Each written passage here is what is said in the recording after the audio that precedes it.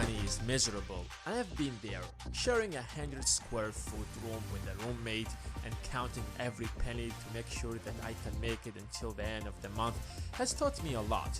I'm still very careful with money because I know what it means to cut down on your meals to make the rent at the end of the month. Back when I was a freshman, I wasn't thinking to make a lot of money, but I wanted to get out of that desperate financial position because I had to make a lot of compromises.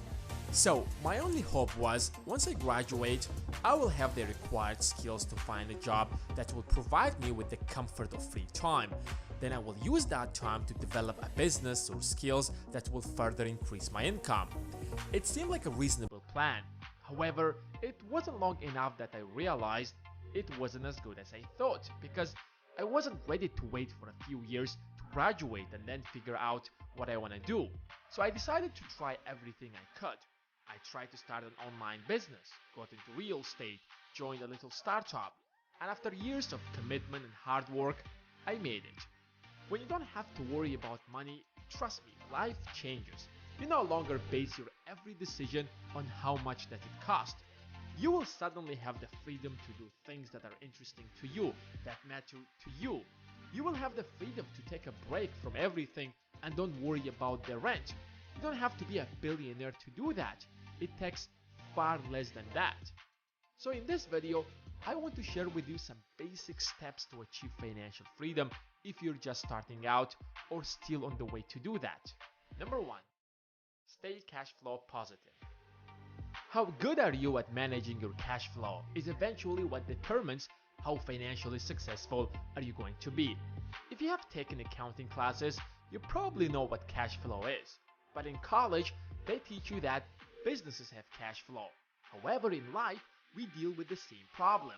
We have to manage the inflow and outflow of cash. To keep your business healthy, you have to make sure that there is more money coming in than going out, or at least the amount of money that leaves the business is equal to the amount that it receives. It doesn't matter how much debt or expenses the business has. As long as it generates more cash than it loses, it's a good business. Personal finance works exactly the same way. It doesn't matter how much debt you have, mortgage, student loans, car lease, as long as you're cash flow positive.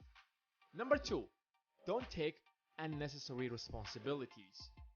This mistake is literally one of the main reasons why a lot of people are struggling financially. They might be cash flow positive, but then they take a financial responsibility that they can't afford.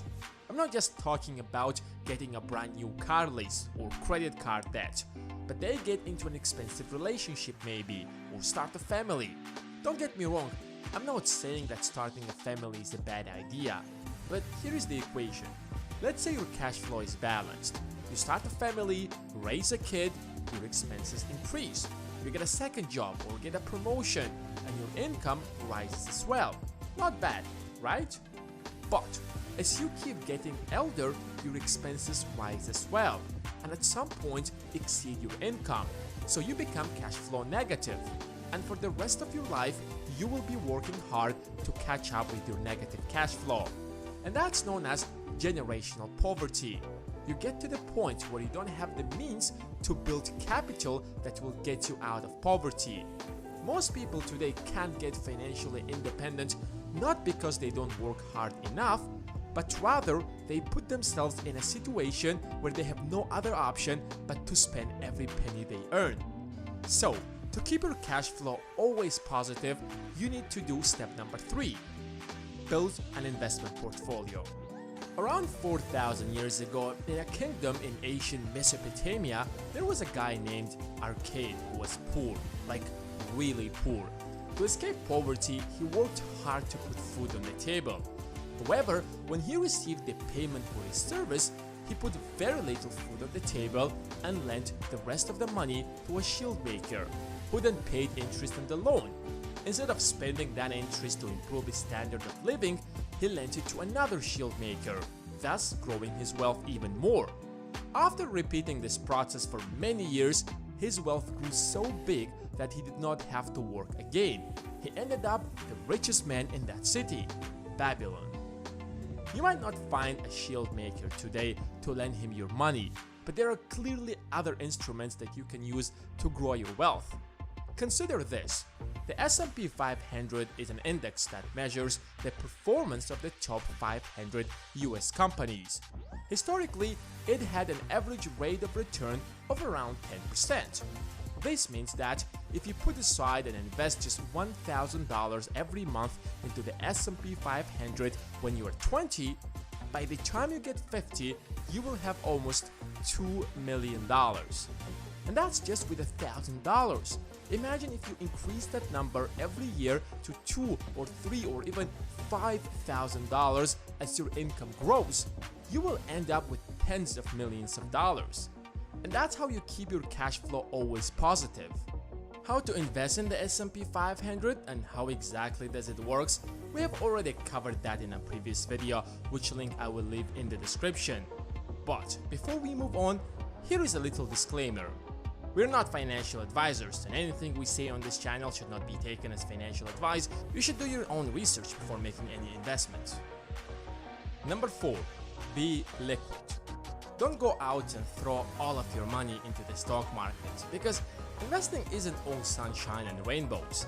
If you put in $1,000 into the S&P 500 in June 2007, for example, and decide to withdraw it a year later because you had an emergency, how much do you think you would have made on that $1,000?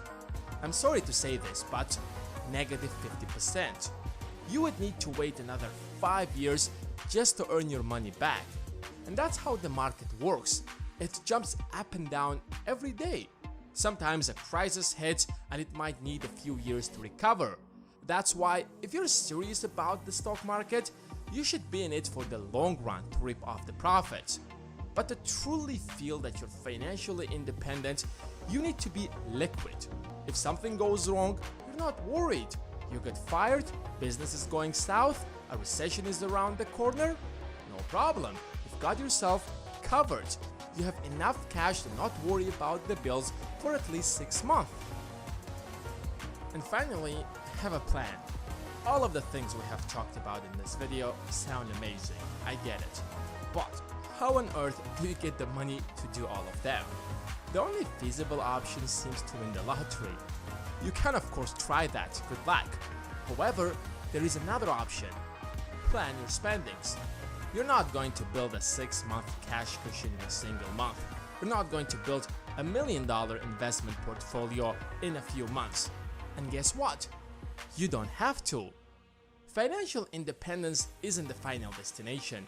The goal isn't just to make enough money and retire for good. Instead, to put yourself in a position where you're not going to base your every decision on how much does it cost. You're not going to accept that new job offer just because it pays slightly higher. You're probably going to continue working as you do, but instead working on the things that matter to you the most. With fewer financial problems, hopefully your life is going to get a little bit more colorful. I hope you guys have enjoyed this video, and if you did, give it a thumbs up, and if you're new around here, then subscribe and turn on your notifications. We're trying our best to make great videos for you and hopefully help you to achieve your financial goals. Thanks for watching, and until next time.